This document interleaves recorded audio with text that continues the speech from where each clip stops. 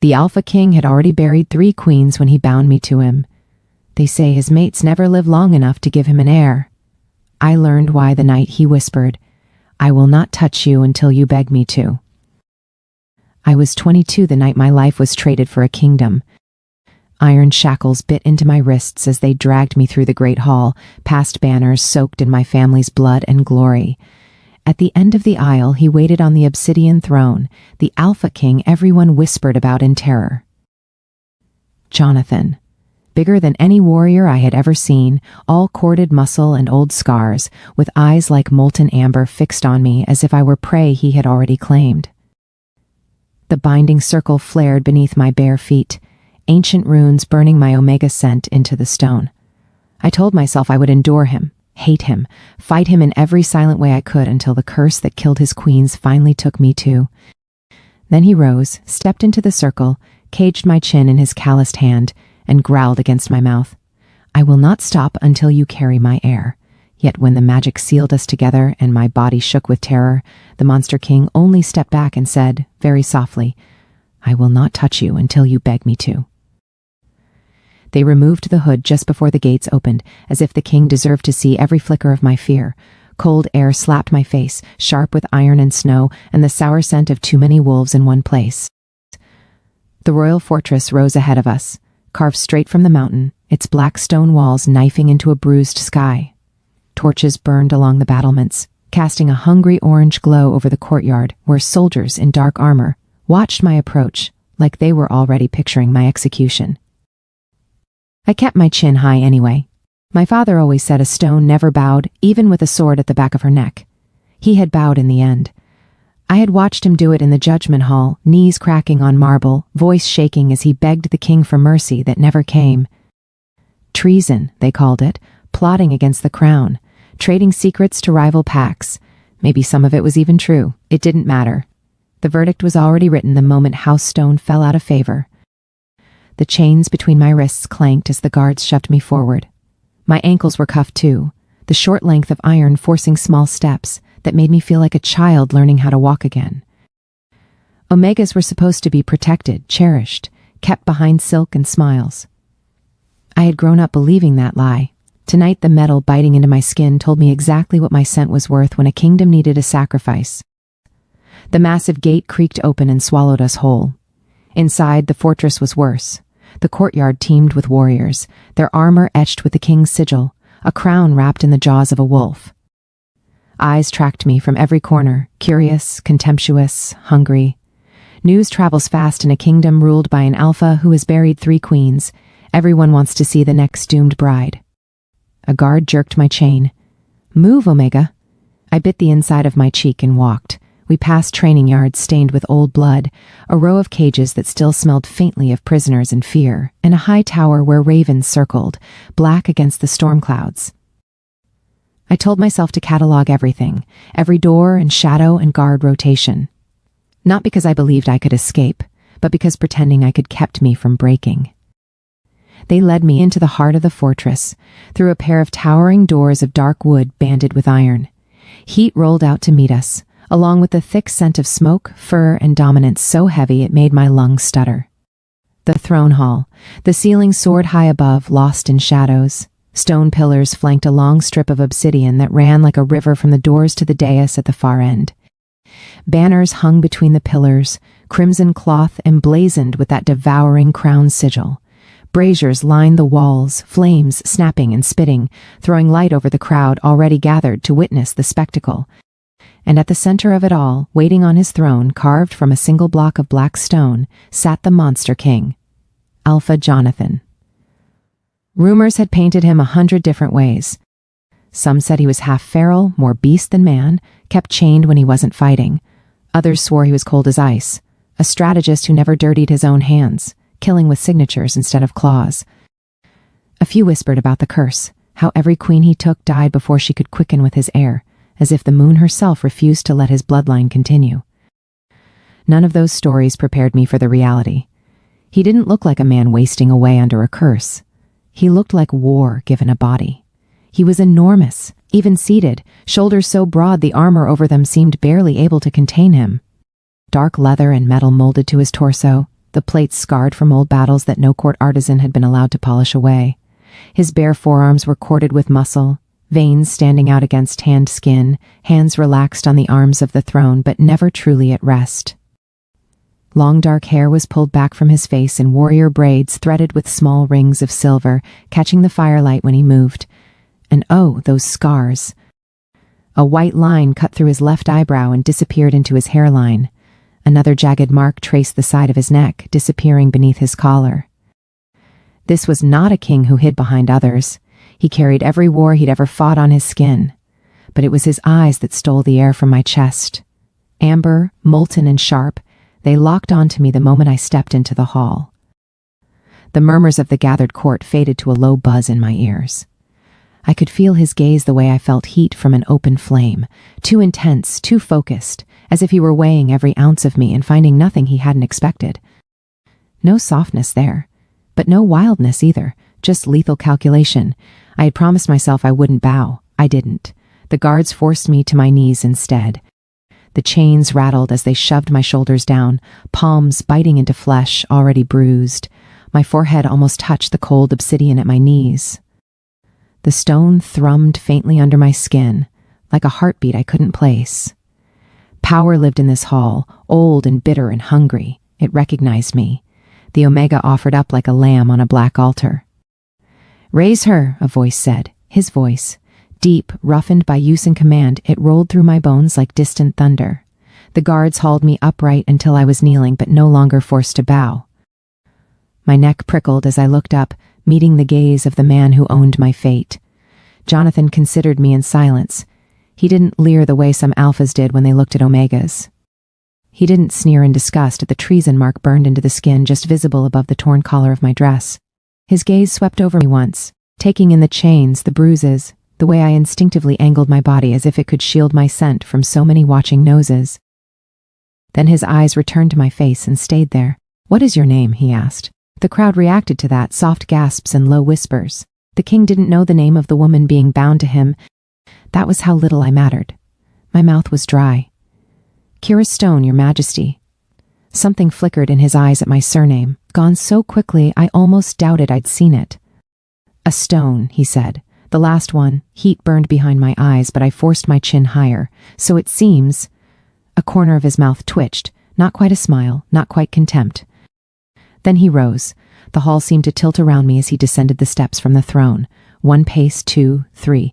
Every movement was controlled, deliberate, the easy prowl of a predator who has never once been prey.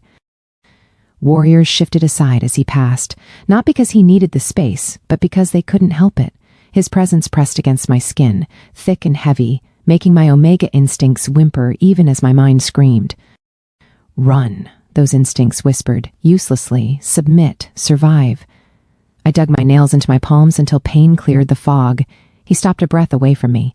Up close, he smelled of pine forests after rain, steel, and something darker underneath, old magic and older blood. His shadow fell over me, swallowing the weak warmth from the braziers. "Remove her chains," he said. My head snapped toward him. Shock rippled through the crowd like wind over tall grass. The guard to my left hesitated. "Sire, she is—" "An Omega," Jonathan cut in, voice mild in a way that made the hairs on my arms stand up. "Not a rabid dog. The chains—" Keys jingled. Cold metal loosened around my wrists, then my ankles. The weight fell away and left my limbs numb and strangely light. I rubbed at the raw skin unconsciously, eyes still fixed on him, unable not to be. "Stand," he ordered. My legs shook, but I obeyed. Standing brought me only to the level of his chest. The armor there was marked with a deep claw scratch, 4 parallel grooves that hadn't been buffed smooth.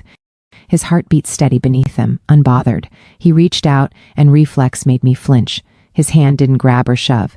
Instead, calloused fingers caught my chin, tilting my face up until I had no choice but to meet his gaze. The contact sent a jolt down my spine, a sharp crackle of bond magic waking beneath my skin like a sleeping beast stirred. The hall went silent. Even the torches seemed to hold their breath. The old runes carved into the obsidian floor around us began to glow, faint at first, then brighter, threads of silver and crimson twining together in a pattern I didn't recognize but my bones did. Binding magic, ancient and absolute. You can still run, some foolish part of me thought. You have legs, there are doors, there is air. But the truth settled, heavy as stone.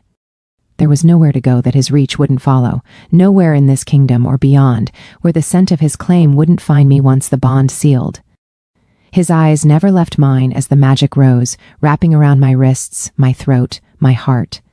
It felt like stepping into cold water, then fire, then something that was neither, pain and relief tangled together. My lungs seized. The wolf inside me shuddered, then curled toward him helplessly, recognizing its match. "Repeat after me," Jonathan said quietly, his voice for me alone despite the watching court. "I, Kira Stone, stand willingly in this circle." The word willingly was a lie, a sharp stone on my tongue. But my father's face flashed in my mind, hollow eyes, shaking hands, the sound of the executioner's, axe being sharpened just outside his cell. Jonathan could have taken my life along with his without bothering with this ceremony. Instead, he had offered a bargain, my freedom for my father's head or my future for my father's life. I swallowed. I, Kira Stone, stand willingly in this circle. The runes flared. He recited the rest, ancient words binding my fate to his, and I echoed them, each syllable stitching another invisible thread between us. By the time the last vow left my mouth, the magic had sunk so deep it felt like it lived in my bones. A sharp sting at my wrist made me gasp. I looked down to see a new mark burning into my skin, glowing the same molten amber as his eyes, a crown encircled by the faint outline of a wolf's jaw. His sigil, on my body, forever. My world narrowed to that brand, to the weight of his hand still on my chin, to the knowledge settling like ice in my gut. There would be no running, no waking up from this. The binding was complete. I had just become the fourth queen of a cursed king, and for the first time since the shackles closed around my wrists, I realized that death might have been the kinder sentence. The guards left me after the binding, and silence settled over the chamber like another layer of stone. The room was beautiful in the way cages sometimes are. A fire crackled in the hearth, spilling warmth over furs piled on the bed. Tall windows showed a slice of moon and endless forest, a reminder that the world was still out there somewhere, beyond walls I would never cross again. I stood in the center, rubbing my wrist where his mark now burned faintly under my skin. The sigil pulsed in time with a heartbeat that wasn't mine, a low, constant thrum tugging toward the heart of the fortress. Toward him. My wolf leaned into that pull, tail high, eager, traitorous. I curled my fingers into a fist until my nails dug crescents into my palm. "Stop it," I whispered to myself. "He is not yours." The bond hummed anyway. I paced until my legs ached, until the fire sank lower and the room filled with long shadows. Every thought turned into a loop. My father kneeling in the judgment hall, the binding circle flaring beneath my feet, Jonathan's fingers on my chin as the magic took hold. By the time the lock on my door turned, I was strung so tight that the soft click sounded like a blade leaving its sheath. I was on my feet before the door opened. He filled the doorway all hard lines and shadow. No armor now, only a dark shirt stretched over his chest and plain black trousers tucked into worn boots. His hair, freed from its braids, fell loose around his shoulders, making him look less like a polished king and more like the wild thing the stories warned about. My wolf recognized him instantly. "Mine," it whispered, thrilled. I took a step back until my shoulders hit cold stone. "Your Majesty," I managed, hating the crack in my voice. "Jonathan," he said, closing the door with a quiet click that sounded far too final. "In private, you will call me Jonathan." He stayed where he was, back against the door, arms loose at his sides. He did not stalk toward me or reach for me. He only watched, eyes moving over my face, my clenched fists, the way I leaned away from him even as the bond pulled me closer. "You're afraid," he said. I let out a strangled laugh. "You dragged me from my home in chains, bound me with ancient magic, branded me in front of your entire court, and locked me in a fortress I cannot leave. What could I possibly have to be afraid of?" Something flickered at the corner of his mouth, not quite a smile. "Sit, Kira, we need to speak. I'll stand. I prefer my queen upright," he said calmly. "Not passed out on the floor when she hears what I'm about to tell her." Queen. The word hit like a blow. It didn't belong to me, it belonged to the women who had stood here before me and now lay in graves. My knees wobbled anyway. I moved to the armchair near the fire and sat, spine straight, hands tight together to hide the tremor. He crossed the room and took the chair opposite, leaving the low table and far too little air between us. Even without touching me, his presence filled the space, heavy as his crown. For a moment he watched the flames. Light slid over the scars on his knuckles, over the long line of his throat. When he finally spoke, his voice had lost the cold edge he'd used in the throne hall. It sounded older, rougher. "You know the stories," he said, "about my queens." "Everyone knows the stories. Tell me," he said. "I want to hear what they say." It felt like a trap, but I answered. "They say your first queen, Alina of Silvercrest, died in her sleep after a year of marriage. No wounds, no poison, she just stopped. The second, the Alpha princess from across the sea, fell from the ramparts on a clear day. The third collapsed during her blessing ceremony. The healers couldn't save her." His jaw tightened at that, muscle ticking once.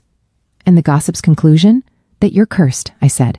"That the moon goddess refuses to let your line continue." Silence dropped between us like a stone. Then he nodded once. "For once, they are not entirely wrong."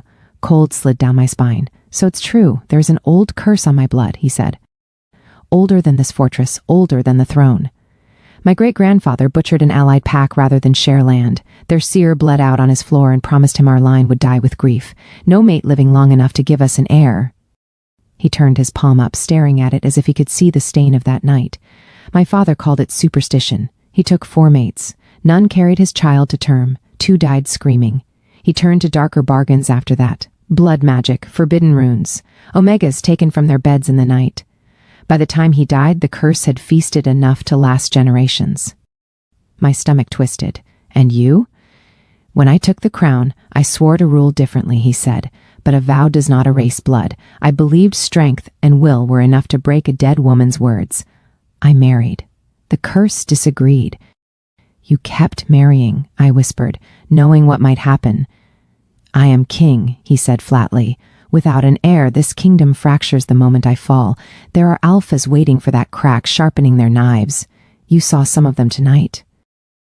"So you offered those women power and titles and let them gamble their lives for your succession."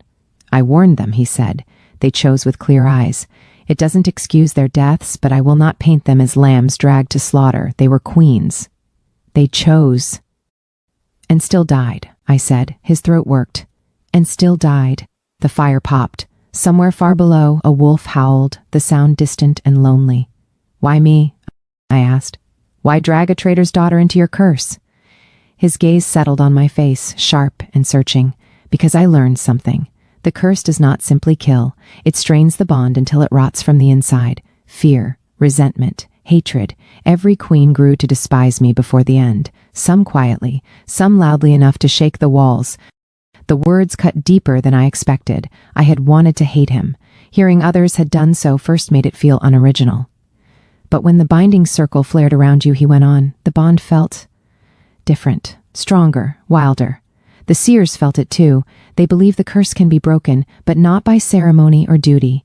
It demands something else." "What?" My voice barely made it past my lips. "True bond," he said. "Not just magic forcing our souls together. Choice, acceptance, you reaching for me." I stared at him. "You expect me to fall in love with you to break an ancient curse?" "I expect nothing," he replied softly. "I am telling you the cost. And if I don't pay it, then the curse does what it always does." His eyes didn't waver. "You sicken, slowly. Headaches, lungs that don't quite fill, a heart that falters. One morning, you don't wake up." The room tilted. I gripped the arms of the chair until my fingers hurt. "You could have left that part out. For once, no one is lying to you," he said. "Not your father, not the court, only me, and the truth." Anger surged up, hot enough to burn through the fear. "You still force the binding?" "Yes," he said, and his voice roughened. "Because without it, your father would already be dead and your house wiped from every record. I gave you a cruel choice, Kira, but it was a choice." I pushed to my feet, needing distance from him, from the bond humming louder with every heartbeat. I went to the window and braced my hands on the cold stone. Moonlight silvered the forest. It looked peaceful, safe, a lie. "So my options are simple," I said. "Give myself to you and hope it somehow saves us, or cling to my hatred and wait for it to kill me." Behind me, his chair creaked as he rose. His scent came closer, pine, steel, smoke, wrapping around my nerves until my wolf leaned back into it. He stopped just out of reach. "There is a third path," he said. I closed my eyes. "Of course there is." "You can choose not to choose," he said. "Live here under my protection. Train, study, speak to me when you wish. Ignore me when you don't. I will not touch you. The bond will hum, but I will not pull on it." I turned my head slightly. "And the curse? It waits," he said. "It feeds on bonds pushed to breaking. If we never test ours, it may sleep. It may not. No one agrees. So you're gambling our lives on the hope that one day I'll decide to crawl into your bed and save us all. For the first time," he answered, "the gamble will be yours as much as mine. I will not drag you there. If you ever come, it will be on your own feet." I faced him fully then. His eyes met mine, steady, unbearably open. There was no pity there, no manipulation I could easily name, only exhaustion and something that looked dangerously like faith. "Why give me that power?" I asked. "Because every other way has already killed someone," he said quietly. "And because when the bond snapped into place in that hall, for the first time in my cursed life, I did not feel alone." The words stole any answer I might have had. He inclined his head, almost a bow. "Hate me if it helps you breathe. Plot escapes you will never take. Learn to fight, learn to rule. But understand this, Kira Stone." His voice dropped to a low growl that vibrated through my bones. "I will not force your body or your choice. If you never come to me, we face whatever end awaits together." He stepped back, breaking the invisible pull of his nearness. The bond protested with a small, aching tug that made my chest tight. "Sleep," he said, opening the door. "Tomorrow your lessons begin." The door closed softly. The lock turned. I stood in the firelight, staring at the mark on my wrist, feeling my heartbeat trip over the echo of his. For the first time since the chains had closed around my wrists, I understood the shape of my prison. Not walls, not iron, my own choice. The days after Jonathan's visit blurred into a rhythm I hadn't chosen but couldn't escape. At dawn, a guard knocked once and waited while I dragged myself from the furs. By the time the sun cleared the peaks, I was in the training yard, boots crunching over packed snow, wrists wrapped, hair braided tight. Jonathan was always there first. He waited in the center, stripped down to a shirt that clung to his chest, sword at his hip, expression carved from stone. The first morning I arrived, I hesitated at the edge, unsure if this was punishment. "Come," he said. "If the curse is determined to kill you, I'll at least make sure you can break a few bones on your way down." I told him I was an Omega, not a soldier. He tossed me a wooden practice blade, then learned to be both. He didn't go easy on me. We started with footwork, my boots sliding clumsily while he moved like the ground belonged to him. He corrected me with short, precise instructions, never raising his voice. When I fell, he waited until I got up. When I gasped for breath, he gave me water and started again. His hands touched my shoulders, my elbows, my waist, shifting my stance.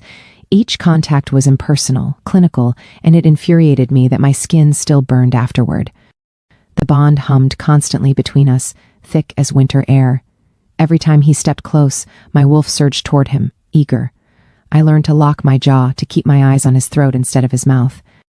At night, muscles aching, I tried to pretend the training was just another prison, but it was difficult when my body changed under his instruction. I grew faster, stronger. The soft edges my old tutors had called feminine sharpened into lean muscle. Power bloomed in my limbs, power that belonged entirely to me. Jonathan noticed. One morning, after I sent his practice blade spinning from his hand with a move he'd drilled into me 100 times, he laughed. Not the cold court sound, but something warmer, startled. "Good," he said, shaking his wrist. Again, I should have been satisfied with that victory. Instead, strange heat curled in my chest at the rough pride in his voice. Days bled into weeks. When I wasn't training, I was in the library learning the history of rival alphas or with healers who explained how the curse had taken the previous queens. At night, I lay alone, listening to wolves howl beyond the walls, guards changing shifts, distant laughter from the great hall. The bond pulsed softly, always pointing toward the same center, as if there was a compass in my chest and he was north. I told myself I hated it. The lie held until the night the first storm hit. Wind came screaming down from the mountains, hurling snow against the windows. The fire fought to stay alive, flames whipping sideways. The candles flickered out. Darkness dropped heavy, broken only by the hearth's frantic dance. That was when the knock came. Soft, once. Yes? The door opened. Jonathan filled the threshold, hair damp from snow, cloak dusted white. There were lines around his eyes that the court never saw. The outer tower was struck, he said. Lightning. This room sits beneath an old buttress.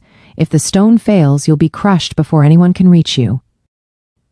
My hand crept to my wrist, pressing over his mark. You'll be safe, he said quietly. Nothing more. I should have refused. But another boom rolled through the stone, and dust drifted from the ceiling. I nodded once. His rooms were deep in the keep, behind reinforced doors and a warded arch that made my skin prickle. Inside, the storm dwindled to a muted rumble. The chamber was large but not ornate. A massive bed, a blazing hearth, a table strewn with maps. It looked less like a king's suite and more like a soldier's quarters. Jonathan shrugged off his cloak. You'll take the bed? My head snapped up. Excuse me?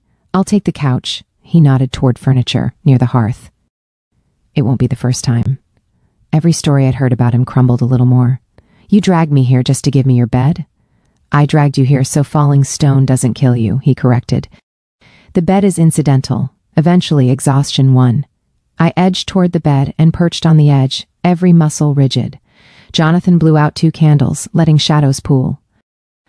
You're still dressed, he observed, and staying that way. Good.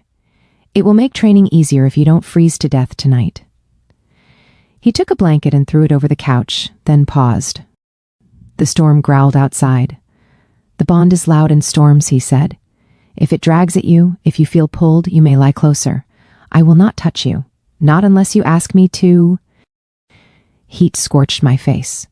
I am not going to ask you to, I know, he said quietly. That is why I'm telling you this now while you still believe it. He stretched out on the couch, one arm folded under his head. I lay down stiffly on the farthest edge of the bed, facing the wall. The bond hummed, a low vibration fed by the storm and his nearness. My wolf inched closer with every crash of thunder, instinct screaming for safety, for alpha, for warmth. I held out as long as I could.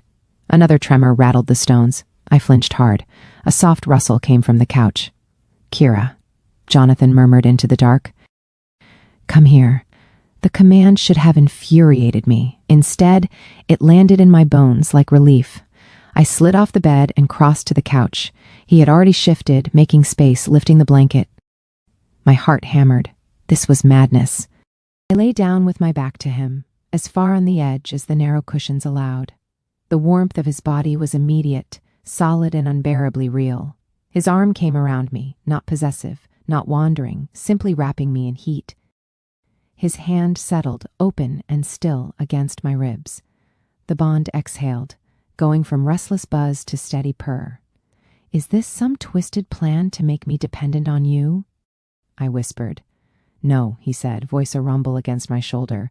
This is me making sure you sleep so you don't stab me with a practice sword tomorrow out of exhaustion. You say that like it would be a bad thing. I bleed like anyone else, Kira. I'd just rather not do it because my queen is too proud to rest. The word queen no longer sounded like a death sentence. It sounded like a title he was trying to give me without chains. I waited for his hand to move, for his breath to change, for the moment he would press closer and reveal this had been a trap. He only lay there, breathing slow and even, his body a steady wall at my back. Jonathan? I murmured after a long time. You said you'd wait until I asked. I did. You meant it. Yes. Silence stretched. Then you might be waiting forever, I said. His chest rose on a slow breath. Then forever it is. The storm raged outside. Inside the circle of his arm, I felt strange, unwelcome safety sink into my bones. The monster king who had stolen my freedom was the same man holding himself rigid to keep from taking what every instinct must be screaming to claim. Honor, I realized drowsily, was a heavier chain on him than any iron could ever be on me. I fell asleep like that, with the curse between us, the bond humming softly, and the first fragile crack forming in the wall I had built around my heart. By the 3rd week in the yard, my muscles stopped screaming and started listening. I still hit the ground plenty, but I no longer stayed there stunned. I rolled, came up on a knee, counted distances without thinking. Where at first I swung blindly, now I watched everything. how Jonathan favored his right leg when his old knee stiffened, how the captain overextended on every lunge, how younger warriors telegraphed moves with their shoulders. We started running mock scenarios. Jonathan would sketch lines in the dirt with his sword tip, walls, gates, ambush points, and tell me where his men had positioned during past battles. At first I only saw chaos. Then patterns emerged, weak flanks, predictable charges, how one small unit placed differently could have turned an entire fight. "What would you have done?" he asked one morning, tapping a crude circle that represented a rival fortress. I studied the bottleneck at the main gate. I wouldn't go for the gate at all, send a decoy unit there to pull forces in, then slip a smaller team through the west ravine. It's steeper, but they'd never expect assault from that angle. "It's barely passable in snow," he said. "So send your best climbers," I countered, "or go in summer instead of winter like an impatient idiot." The captain choked on a laugh. Jonathan's eyes narrowed in concentration. "We tried the gate," he said finally. "Lost 30 men for nothing. The ravine would have worked." That afternoon, he sent for me during a strategy meeting.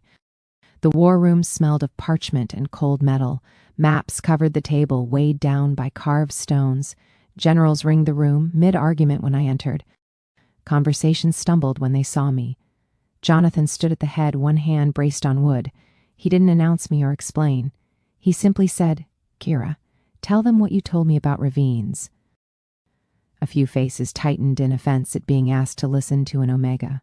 I decided not to care. I stepped to the map and traced the narrow gorge. "If you keep hammering the front, they'll keep feeding troops to the obvious threat," I said. "You don't need the main gate if you make the enemy afraid of losing their own heart while they're busy guarding yours." There was pushback, questions, skepticism. But Jonathan let them argue with me directly, and by the end, 2 veteran commanders were bending over the map, with me, plotting angles as if it were natural. When the others left, Jonathan lingered by the window. "You see patterns I miss," he said. "I think differently," I answered. "You grew up swinging a sword. I grew up listening at doors and trying not to be noticed. Different angles." He glanced over his shoulder. "You say that, like, your angle is less valuable. I was taught my whole life that my job was to make sure the tea didn't spill while men decided who lived and died," I said. "So yes, it feels strange to stand over a map with generals and have anyone pretend my thoughts matter." His gaze sharpened. I am not pretending. I believed him. That realization was more terrifying than his temper could have been. I started seeing the weight he carried then, the way he lingered over casualty reports longer than victory tallies, the way his shoulders tensed when messengers arrived late, as if every delay meant another death, the sleepless shadows under his eyes when he returned from the border and went straight to the infirmary instead of his bed.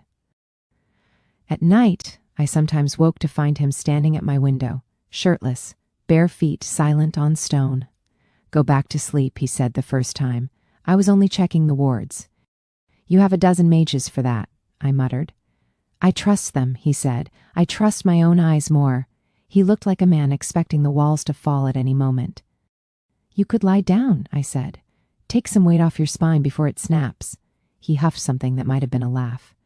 "You think my spine is the problem, Omega?" "I think you're holding up an entire kingdom and 3 dead queens with it," I said. At some point, something has to give.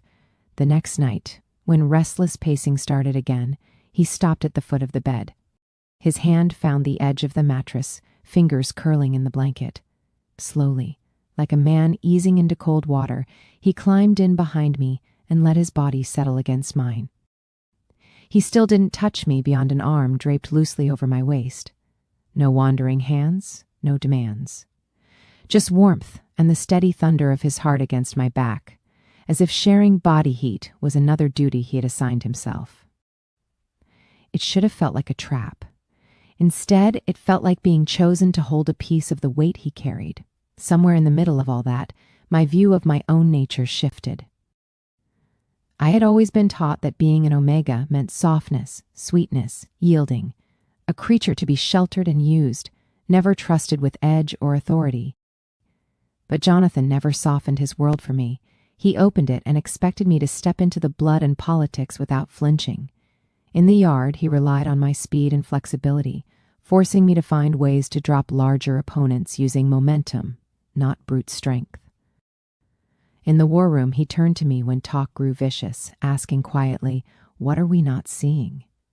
As if my instincts were another weapon.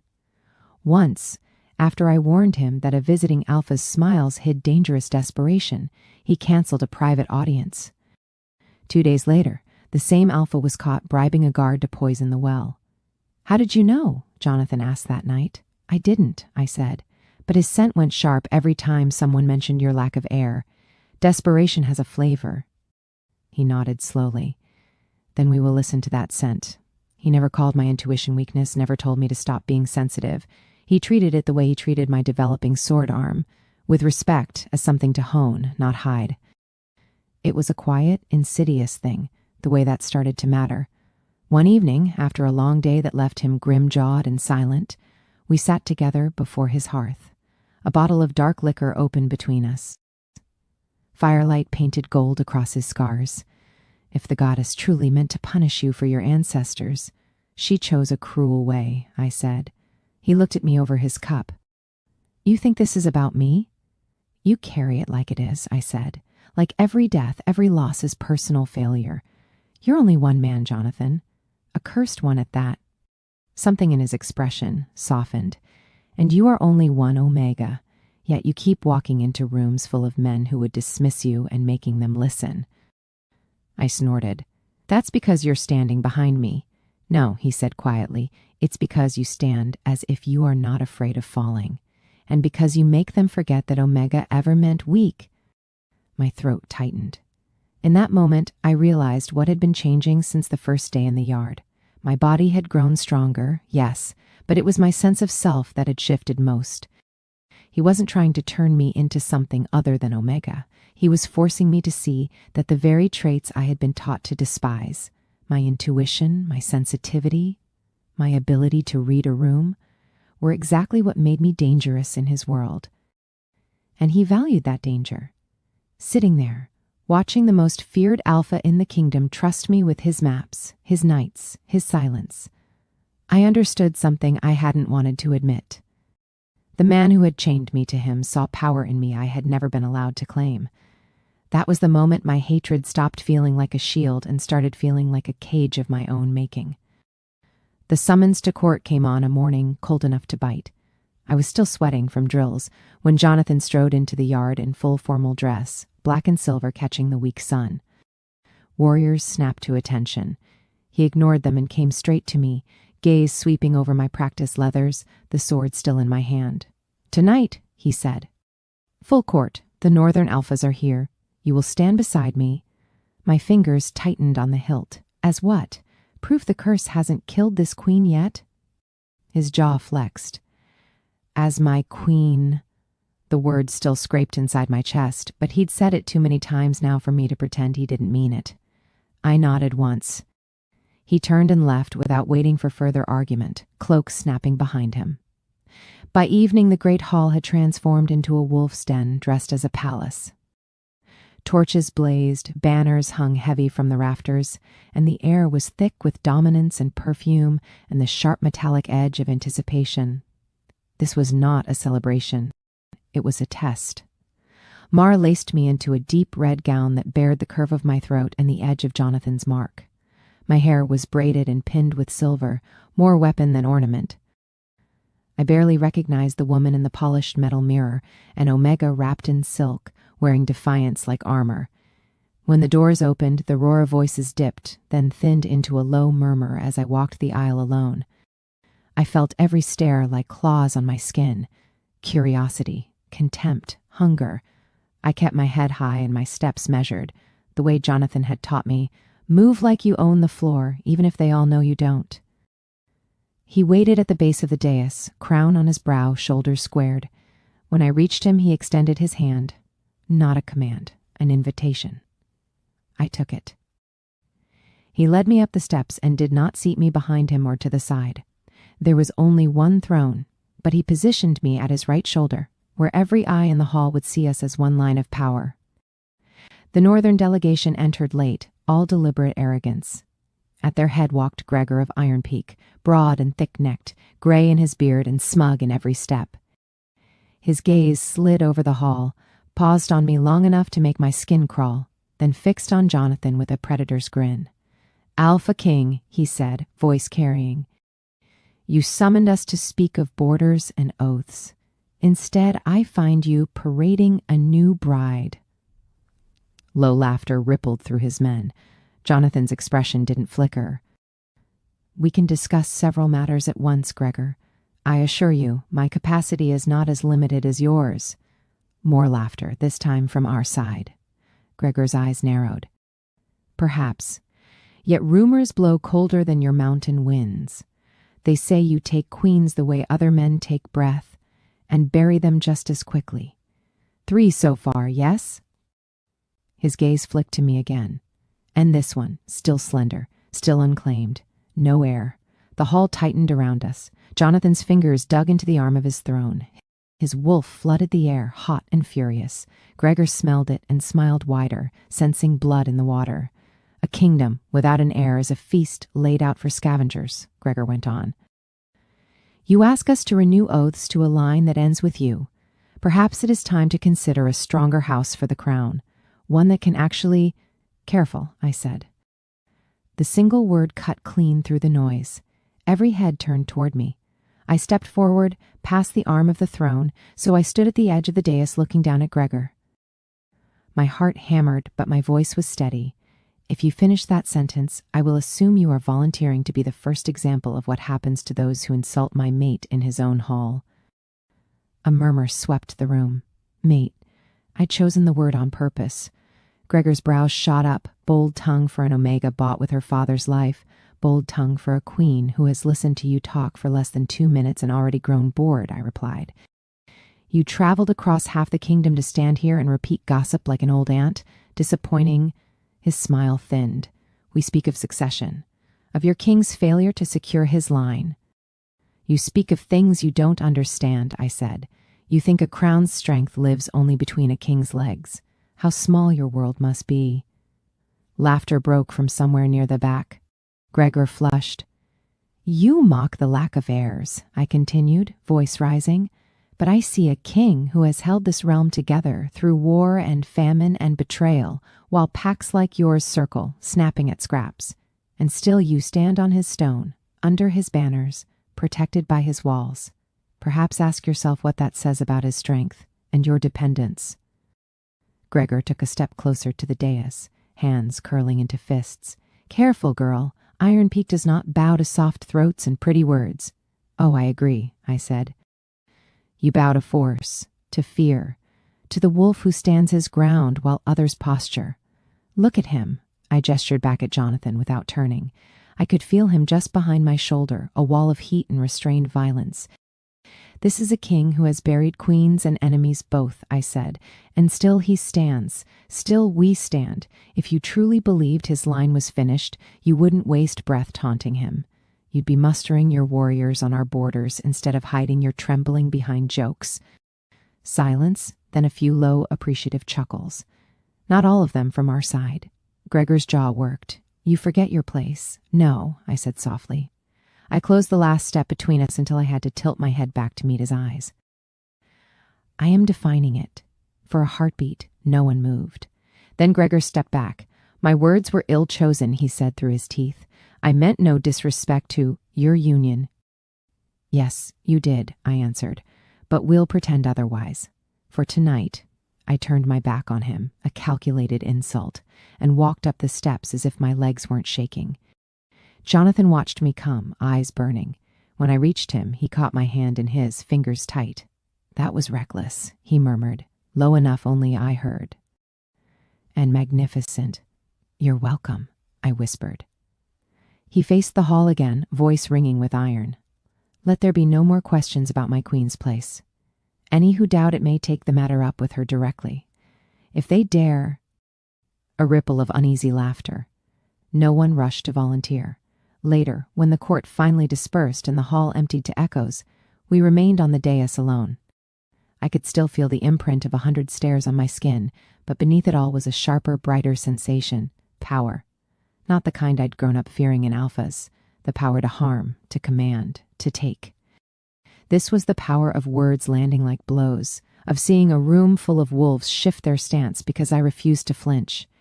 Jonathan turned to me fully. "Where did you learn to do that?" he asked. "From watching you," I said. "You walk into every room like you own it. I figured if I'm going to survive being your queen, I should stop acting like prey." His mouth curved, slow and genuine. "You are many things, Kira. Prey is not one of them." The bond between us hummed bright and hot. For the first time, I didn't fight the way it swelled with his pride. I let it wash over me, let myself stand a little taller. Tonight, in front of those watching eyes, I hadn't been a cursed king's chained omega. I had been his answer. The state dinner was meant to celebrate the Northern Alliance, but the air smelled wrong from the moment I entered the hall. Too sweet, too floral, like someone had tried to mask something rotten underneath perfume and roasted meat. I stood beside Jonathan at the high table, dressed in midnight blue silk, while servants moved between courses and delegates laughed too loudly over wine. Gregor sat 3 seats down, all forced smiles and hollow toasts. He had not forgiven my words from court, but tonight he played the gracious guest. That alone should have warned me. Jonathan leaned close as the 5th course arrived, his voice low. "You're tense. Something's wrong," I murmured. His hand found mine under the table, thumb brushing my knuckles. "Elaborate, I don't know yet. The air, the scent, it's off." He didn't dismiss me. His gaze swept the room once, cataloging exits and guards, then returned to his plate. "Stay close." The wine arrived in crystal decanters, dark red and gleaming. Servants poured with practiced efficiency, filling cups down the line.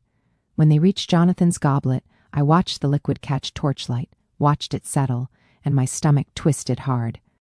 There, beneath the wine's natural tang, something sharper, bitter, wrong. My wolf surged to the surface, hackles raised, every instinct screaming danger. "Don't," I said, louder than I meant to. Jonathan's hand froze halfway to his cup. The table went silent. Every eye turned to me. "Kira?" His voice was steady, but I saw the shift in his posture, the way his body coiled. I stood, knocking my chair back. "The wine. Don't drink it." Confusion rippled through the crowd. A few nervous laughs. Gregor's expression remained carefully neutral, but his heartbeat spiked. I could hear it from here, sharp and erratic. Jonathan set the goblet down slowly. "You're certain?" "Yes." He gestured to the nearest guard. "Bring the kitchen, master." Now the room erupted into murmurs. "Insult," some said. "Paranoia." Jonathan raised one hand and silence crashed down like a fist. "My queen," he said clearly, "has saved my life more than once with her instincts. If she says the wine is poisoned, I believe her." A servant stepped forward, pale and shaking. "Majesty, I poured it myself from the sealed—" "Taste it," Jonathan said. The man's face went gray. "Sire, I—" "Taste it," Jonathan repeated, voice dropping into something cold and final. The servant's hand trembled as he lifted Jonathan's goblet and brought it to his lips. He took one small sip, swallowed, and for a moment nothing happened. Then his eyes went wide. He choked, clutched his throat, and collapsed, convulsing on the stone floor. Foam flecked his lips. Within seconds he went still. Chaos exploded. Nobles lurched back from the table. Guards drew weapons. Gregor stood slowly, hands raised, face carefully blank. Jonathan was on his feet, sword half drawn, murder in his eyes. "Lock the hall," he snarled. "No one leaves until I know who did this." My legs felt weak, but I forced myself to stay upright, to stay beside him. The bond roared between us, his fury bleeding into my veins, my fear sharpening his focus. I could feel his heart hammering, could taste his rage like copper on my tongue. They found the poisoner within the hour. A kitchen boy, barely 16, bribed by someone in Gregor's retinue. He broke under questioning and named the man who'd paid him. By dawn, 3 heads decorated pikes outside the gates, and Gregor's delegation was expelled under armed escort. Jonathan didn't speak until we were alone in his chambers, the fire burning low, the taste of ash still thick in the air. He paced, restless and dangerous, still riding the edge of violence. I stood near the hearth, watching him, feeling the bond pull tight between us like a wire ready to snap. "You saved my life," he said finally, stopping in front of me. I smelled it, I said. That's all. No. He stepped closer, close enough that I had to tilt my head back to meet his eyes. You felt it, through the bond. Your wolf knew mine was in danger. My throat tightened. He was right. It hadn't been logic or caution. It had been pure instinct, the bond screaming at me to protect what was mine.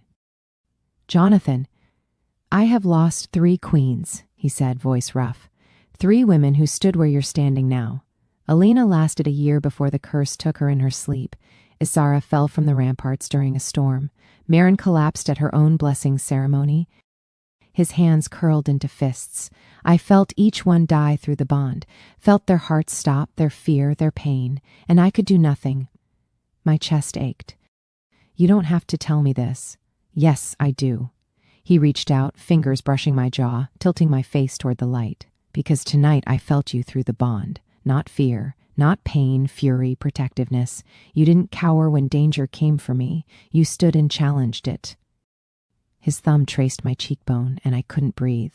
I am terrified of losing you, he whispered. Not because of the curse, not because of politics or heirs or any of the reasons I told myself mattered. Because somewhere in these weeks I stopped seeing you as my captive and started seeing you as my mate. The word landed between us, raw and honest. Jonathan, I tried again, but he shook his head. You don't have to say anything. I know I forced this bond. I know you didn't choose me. But tonight, when I thought I might die, the only thing I regretted was that I kissed him. I didn't plan it, didn't think. I just rose onto my toes and pressed my mouth to his, swallowing whatever confession he'd been about to make. For one stunned heartbeat, he went still. Then he groaned, low and desperate, and his hands came up to frame my face. He kissed me back like a man starving, like he'd been holding this hunger behind his teeth for weeks and finally had permission to let it free. His mouth was hot, demanding, tasting of wine and ash and something darker. I opened for him and he took, tongue sweeping against mine, one hand sliding into my hair to angle my head exactly where he wanted it. The bond flared between us, bright and wild, singing with relief and need, and something that felt dangerously close to joy. I made a sound I didn't recognize, something between a gasp and a plea. He backed me against the wall, his body a solid line of heat against mine, and kissed me harder, deeper, until I couldn't tell where his breath ended and mine began. When he finally pulled back, we were both shaking. Kira, he said, voice wrecked, if you don't want this, if you're only reacting to the fear, tell me now. Because if I kiss you again, I will not be able to stop. I looked up at him, at the firelight painting gold across his scars, at the way he held himself so carefully even now, waiting for my answer. I don't want you to stop, I whispered. Something blazed in his eyes, fierce and possessive. He kissed me again, slower this time, reverent, as if I were something precious he was finally allowed to touch. His hands roamed my back, my waist, never straying but never leaving either, mapping me through silk with a restraint that made me ache. When we finally broke apart again, foreheads pressed together, breathing ragged, the bond between us hummed steady and bright, no longer pulling or demanding. Just there, acknowledged, accepted. I don't know when it happened, I admitted quietly, but somewhere between the training yard and the war room and tonight, I stopped hating you. He smiled against my temple. Good. Because I don't think I could survive hating you back. We stayed like that, tangled together in the firelight, until exhaustion finally dragged us toward his bed. He held me through the night, arms wrapped tight, as if even sleep might try to steal me away. And for the first time since the binding, I didn't dream of chains. I dreamed of choosing.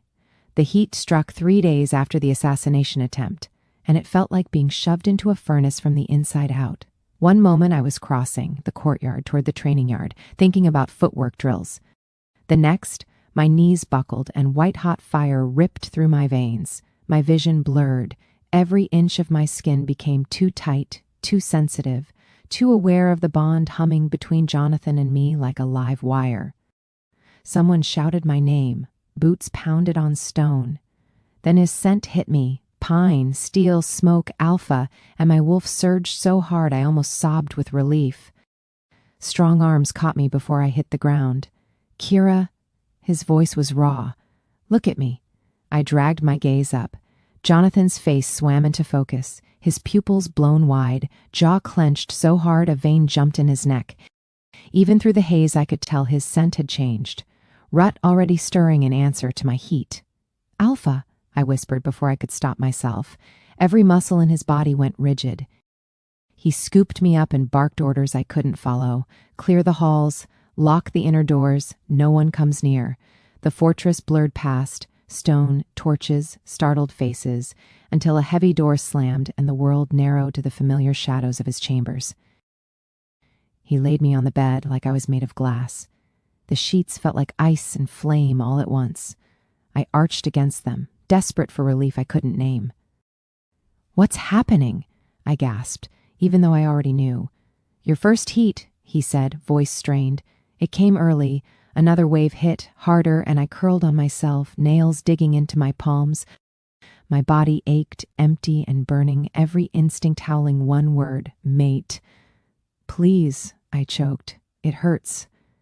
His hand closed around mine, grip firm, grounding. I felt the tremor in his fingers, the way his breathing had turned shallow. "I know," he said. "I'm here. You're safe." Safe was a lie when every cell in me was screaming to climb him, sink my teeth into his throat, drag him down, and let instinct finish what the bond had started. I reached for him with my free hand, fisting his shirt. "Jonathan," I begged. "Please, I need—" His other hand caught my wrist, gently but firmly, and pressed it back to the mattress. "No." The word cut through the fog like cold water. I stared at him, panting. "No?" His eyes were almost black now, the gold swallowed by blown pupils, but his gaze stayed fixed on my face, not on the skin my thin shift did nothing to hide. "You're not thinking clearly," he said. "Your heat is. Your body is. That is not the same as consent." Another wave slammed into me, worse than the last. I bit back a cry and failed, shame and desperation tangling in my throat. "I'm asking," I insisted. "I want you. Please, Jonathan, it hurts. I can't." A low growl rumbled in his chest, not directed at me but at himself. He surged to his feet, taking a step back like distance alone could save us. "You think I don't want you?" His voice was ragged. "I can barely breathe in here. Every part of me is telling me to take what you're offering, but I will not touch you like this." The room spun. I clutched at the sheets, furious tears burning my eyes. "You and your damned honor," I spat. "What is it worth if I'm dying?" "You're not dying," he said. "You're burning. There's a difference." For the next 3 days, I learned exactly what that difference felt like. Heat came in brutal waves. My body flushed hot, then shivered, then burned again. I soaked the sheets and shredded them with my nails. I cursed him. I begged him. I cried until my voice went raw. Through all of it, Jonathan stayed. He barred the doors himself, snarling at any guard who came too close. When another alpha got within scent range, his growl was so vicious I felt it through the stone. He brought me water when my throat was too dry to swallow, held the cup to my lips when my hands shook. He wiped sweat from my face with a damp cloth, changed the linens when I'd thrashed them into knots. Whenever a wave broke me open, I reached for him. Sometimes I caught his wrist, sometimes his arm, once the front of his shirt, and dragged him down, until his forehead rested against mine. "Please," I whispered over and over. "Please, please." Every time he shook his head, even when his breath shuddered, and I could feel his control fraying. "If I take you now," he said once, voice so low it was almost a growl, "you will wake when this passes, and wonder if any of it was your choice. I will not live with that." On the second night, his rut hit fully. I smelled it before I saw it. The sudden sharp spike in his scent, darker and thicker, Alpha cranked to a brutal intensity. He doubled over with a harsh curse, bracing his hands on the bedpost, shoulders heaving. The air turned electric. My wolf went wild, pressing against my skin, desperate to get to him. He forced himself upright, eyes completely black now. If not for the way his jaw clenched, he would have looked feral. "Get out," I gasped. "You have to get out, Jonathan. You can't." "I am not leaving you," he snarled, and for a moment I saw the war inside him. King, mate, man, beast, all pulling in different directions. Then he did the last thing I expected. He climbed onto the bed behind me and pulled me back against his chest, one arm banded firmly around my middle, the other pinning my wrists gently but unyieldingly to my own body. His cock was a hard, undeniable line against my spine. His entire body shook with the effort of not moving. "I will hold you through this," he ground out. Nothing more. The contact was a torment and a mercy. His scent wrapped around me, drowning out everything else. The bond roared, then settled into a fierce, steady burn. Each wave of heat crashed against the wall of his control and broke there, leaving me gasping but not lost. At some point, half mad, I twisted in his hold enough to meet his eyes. "You'll break," I whispered. "No one can fight instinct this long." He smiled then, a wrecked, strained thing. "Watch me. I don't know when I finally passed out."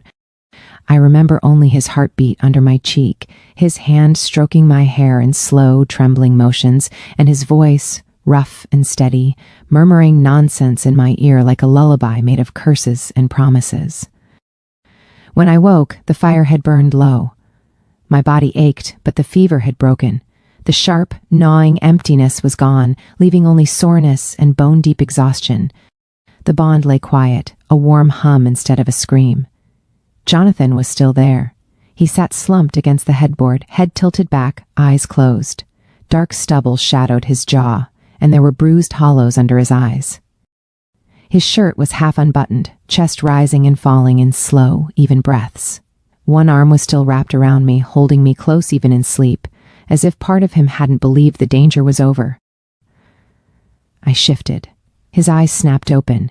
"Kira," he said, and somehow my name in his mouth sounded like a prayer and a question at once. "How do you feel?" "Like I picked a fight with a dragon and lost," I rasped. "But clear?" Relief crashed over his face so hard it nearly undid me. He dropped his forehead to mine, exhaling shakily. "Good. Thank the goddess," he muttered. I thought... He didn't finish the sentence. He didn't have to. I could feel it in the way his arm tightened around me, in the faint tremor still running through his muscles. "You stayed," I said.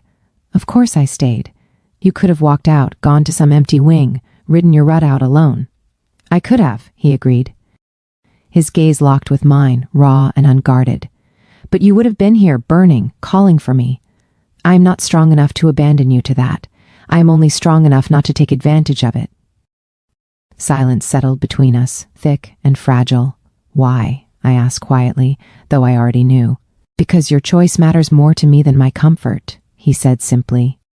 "More than my sanity. More than my life, if it comes to that. I will not be another man who took what your body offered while your mind screamed no, even if instinct dresses that no up as a plea." Something in me gave way then, a final, stubborn piece of resistance that had clung on through training and war councils and assassination attempts and kisses in the dark. "I love you," I heard myself say. His breath caught. "Kira, I do," I pushed on, heart racing. "Not because of the bond, not because of the curse. Because you are the only alpha I have ever known who would lock himself in a room with his mate in heat, endure his own rut, and still choose my will over his body. Because you terrify me and steady me and make me feel like more than something to be traded." His eyes closed briefly, like the words physically hurt. When he opened them again, they shone. "You're sure," he said. "Tell me you're sure. Not high on leftover hormones, not grateful delirium." "I'm sure," I said. "I fell somewhere between your damned war maps and you holding me like I was breakable and still refusing to break me. I just didn't admit it until now." He cupped my face in both hands, rough palms gentle. "I love you too," he said. "No hesitation, no fear. I don't know when it happened either, but it did. And it is the first thing in my cursed life that feels right." He kissed me then, slow and deep and devastatingly tender. There was no fever behind it, no frantic edge. Just two people choosing each other with clear eyes and scars bared. When we finally pulled apart, resting our foreheads together, the bond between us felt different. No longer a chain, no longer a threat. A living thing we had both agreed to feed. In that quiet, with his heartbeat under my hands and the taste of him still on my lips, I realized something simple and terrifying. The king who could have taken everything from me had chosen, again and again, to give me back myself instead. And I had fallen in love with him for it. I chose him on a night when the moon was full and the fortress lay quiet under fresh snow.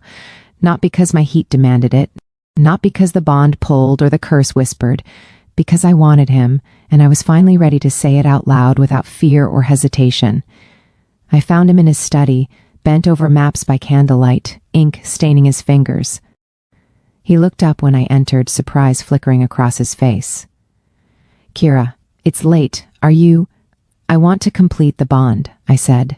He went completely still. The quill slipped from his fingers. "Say that again." I crossed the room slowly, deliberately, until I stood on the other side of his desk. "I want you, Jonathan. Not because of duty or instinct. Because I choose you. Because I love you. And I'm ready." His throat worked. "You're certain?" "I've never been more certain of anything." He rose, moving around the desk like a man afraid sudden movement might shatter the moment. When he reached me, his hands came up to frame my face, searching my eyes. "If we do this," he said quietly, "there is no undoing it. The bond will lock completely. You will be mine, and I will be yours in every way that matters." "I know," I said. "That's what I want." Something blazed in his gaze, fierce and possessive and awed all at once. "Then we do this properly, on your terms, your way." I had already thought it through. No grand ceremony, no court witnesses or political theater, just us in his chambers under moon and fire and the weight of our own choices. We walked there together, fingers entwined, the bond humming between us like a song finally allowed to finish. Inside, I lit candles while he watched, silent and patient. When the room glowed warm, I turned to him. "No vows written by someone else," I said. "Just truth." He nodded. I took his hands in mine, heart racing but steady. "I, Kira Stone, claim you as my mate. Not because I was forced, not because fate demanded it, because you saw strength in me when the world only saw weakness, because you gave me choice when you could have taken everything, because you are worth choosing." His eyes shone in the candlelight. He lifted my hands to his lips, kissing my knuckles, then my wrists, right over the mark he'd given me months ago. "I, Jonathan, king of this realm and alpha of my pack, claim you as my mate," he said, voice rough. "Not to break a curse or secure a throne. Because you challenged me, matched me, and made me remember what it feels like to hope. Because loving you is the first brave thing I have done in years." The bond flared between us, bright and fierce. Then he kissed me, and the world narrowed to heat and touch and the slide of his mouth against mine. He was careful at first, giving me space to pull away, to change my mind. I answered by pulling him closer, by opening for him, by letting every wall I'd built come crashing down. What followed was both tender and desperate. He undressed me slowly, reverently, like unwrapping something sacred.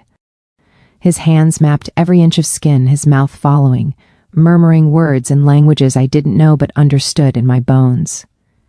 When he finally joined us, the bond snapped into place with a force that stole my breath. Power surged through me, through us, wild and ancient and right. I felt his heart beating in time with mine, felt his soul pressing against my own. The curse, that old, rotted thing that had clung to his bloodline for generations, shattered like glass under the weight of our joined wills. The room blazed with light. Runes etched into the walls centuries ago flared gold, then faded, their purpose fulfilled. Jonathan gasped against my throat, his entire body shaking. "It's gone," he whispered, disbelief and wonder tangled in his voice. "Kira, the curse, it's gone." I felt it too, the absence where poison had lived, replaced by something clean and strong and ours. We stayed tangled together, breathing hard, foreheads pressed close. His hand found mine, fingers lacing tight. "I love you," he said. "I love you too." For a brief, perfect moment, the world was still. Then the warning bells began to ring. Jonathan's head snapped toward the window, his entire body going rigid. Shouts erupted from the courtyard below, followed by the clash of steel and the howl of attacking wolves. "No," he snarled, already moving. He threw on trousers and grabbed his sword from where it leaned against the wall. "Not now. Not tonight." I scrambled for my clothes, fingers clumsy. "What's happening?" "Attack," he said grimly. "Someone chose tonight on purpose." The door burst open. One of his captains stood there, bloodied and panting. "Sire, Damien's forces breached the outer wall. He's pushing toward the keep. He's asking for the Omega." Ice flooded my veins. Damien, the rival Alpha King who'd been circling Jonathan's borders for years, waiting for weakness. Jonathan's growl was low and lethal. "He can ask all he wants. He'll get my blade through his throat." He turned to me, eyes blazing. "Stay here, bar the door, do not open it for anyone but me." "I'm not hiding while you fight," I said. "Kira, I can fight," I cut in. "You trained me for this." He looked like he wanted to argue, but another explosion rocked the fortress. He cursed, grabbed my face, and kissed me hard. "Stay close to me," he ordered. "And if I tell you to run, you run. Understand?" I nodded, even though we both knew I was lying. We descended into chaos. The halls were filled with smoke and the clash of steel. Jonathan's wolves fought viciously, but Damien had brought numbers. Bodies littered the stone, some ours, some theirs. My stomach turned, but I forced myself to keep moving. Jonathan fought like a force of nature, cutting through enemies with brutal efficiency. I stayed at his back, blade in hand, the training from months in the yard finally put to use. When one of Damien's men lunged for me, I sidestepped and drove my dagger up under his ribs exactly the way Jonathan had taught me. He went down hard. I didn't let myself think about it. We reached the throne room just as Damien himself strode through the main doors, flanked by a dozen warriors. He was tall, broad, scarred, everything an Alpha King should look like. His eyes found me immediately, and he smiled. "There she is," he said, "the unclaimed queen, except—" His nostrils flared. "Not so unclaimed anymore. Pity. I was hoping to take you intact." Jonathan stepped in front of me, sword raised. "You'll take nothing but steel, Damien." Damien laughed. "Your curse is broken. I can smell it. Which means she carries your heir now, or will soon." "I can't allow that, Jonathan. Your line ends tonight." "Then come and end it," Jonathan snarled. They collided with a crash that shook the hall. They expected a terrified Omega cowering behind her Alpha. They got something else entirely. When Damien's lieutenant lunged for me while Jonathan was locked in combat, something inside me snapped. Not fear, not panic, pure incandescent rage. The bond between Jonathan and me blazed white-hot, and power I didn't know I possessed erupted from my core. It wasn't strength or speed. It was something older, deeper, woven into the fabric of what it meant to be Omega. Protective fury given form. I screamed, and the sound carried weight that knocked 3 warriors off their feet. The air around me shimmered. Damien's men stumbled back, suddenly unable to advance, as if an invisible wall had slammed down between us. My wolf surged to the surface, not submissive but sovereign, and every Alpha in the room felt it like a punch to the chest. "You will not touch him," I snarled, and my voice resonated with something primal. "You will not take what is mine." Damien's eyes went wide. "Impossible. Omegas don't." "This one does," I said. Jonathan fought like a demon beside me, cutting through Damien's forces with brutal precision. But now I wasn't just defending myself. I was defending him. Every time an enemy got close, that strange power lashed out, throwing them back, disrupting their attacks, giving Jonathan the openings he needed. Fighting together for years instead of months. He covered my left. I watched his right. When he stumbled over a body, I steadied him. When 2 warriors came at me simultaneously, his blade was there before I could blink. Damien realized too late that he hadn't come to fight a cursed king clinging to a dying bloodline. He'd come to fight a mated pair whose bond had unlocked something his spies hadn't anticipated. Jonathan disarmed him with a vicious strike that sent Damien's sword clattering across stone. Before Damien could recover, Jonathan had him on his knees, blade at his throat. "You lose," Jonathan said. Damien spat blood. "Kill me then. My pack will return." "No," I said, stepping forward. "They won't, because you're going to call them off, swear a blood oath never to threaten this kingdom again, and live the rest of your miserable life, knowing you were beaten by the queen you tried to steal." Damien's jaw clenched, but he saw the alternative in Jonathan's eyes. Death, slow and public. He swore the oath. By dawn, Damien's forces had retreated, our walls held. The halls stank of smoke and blood, but we had won. Jonathan found me in the throne room, both of us battered and exhausted. He pulled me into his arms without a word, and we stood there as the sun rose through the shattered windows, breathing each other in. "You saved my life," he murmured against my hair. "We saved each other," I corrected. 3 months later, the healers confirmed what I already knew. Twins.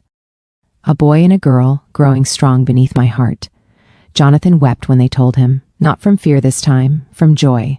My coronation happened on the first day of spring. Not as consort or decoration, but as co-ruler. Jonathan placed a crown on my head himself and announced to the assembled court that I would rule beside him in all things. My word as binding as his. Some of the northern alphas grumbled. Most cheered. I didn't care either way. I had stopped needing their approval the day I realized my power came from within, not from their recognition. Our twins were born healthy and howling under a summer moon. Lyra, fierce from her first breath. Caden, thoughtful and watchful even as an infant. 2 years later, our son Riker joined them, completing our family in ways I'd never imagined wanting. 5 years after the binding that should have been my death sentence, I stood on the balcony overlooking the kingdom and marveled at how much had changed. The fortress had been rebuilt, stronger. The northern packs had bent knee willingly once they saw the prosperity our reign brought. Laws protecting Omegas had spread across allied territories. And Jonathan, the cursed king who'd once carried the weight of 3 dead queens, now smiled more than he brooded. He found me there, slipping his arms around my waist, chin resting on my shoulder. "What are you thinking?" he asked. "That I should have hated you," I said honestly, "that by all rights this should have ended in tragedy." His arms tightened. But it didn't. No. I turned in his embrace, meeting his eyes. "It didn't, because you gave me something no one else ever had." "What's that?" "Choice," I said simply. "You forced the bond, but you never forced me, and somehow that made all the difference." He kissed me softly, the kind of kiss that still made my heart race even after years of marriage. "I would do it all again," he said. "Every mistake, every struggle, every moment of doubt, because it led here. To you, to them." He nodded toward the window where our children's laughter echoed from the courtyard below. I smiled against his mouth. "Even the curse?" "Especially the curse," he said, "because breaking it with you taught me what love actually means." We stood together as the sun set, 2 people who'd found light in the darkest circumstances, who'd chosen each other again and again until the choosing became as natural as breathing.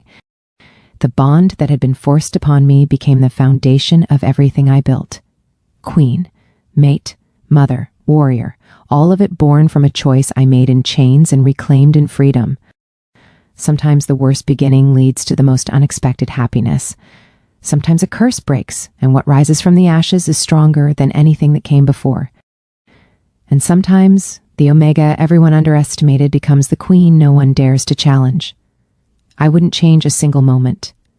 Where are you watching from, and what was your favorite moment in Kira and Jonathan's journey? Was it the first kiss after the assassination attempt, the heat where he proved his honor, or the moment Kira unleashed her Omega power and fought beside her king? Drop a comment below and let me know. And if you loved this story, you're going to want to stay close. I have an uncensored werewolf romance novella coming very soon, diving even deeper into the world of forbidden bonds, fated mates, and the kind of passion that rewrites destiny. You won't want to miss it. Until then, remember, sometimes the chains we fear become the freedom we choose. Thank you for following Kira and Jonathan's story. See you in the next one.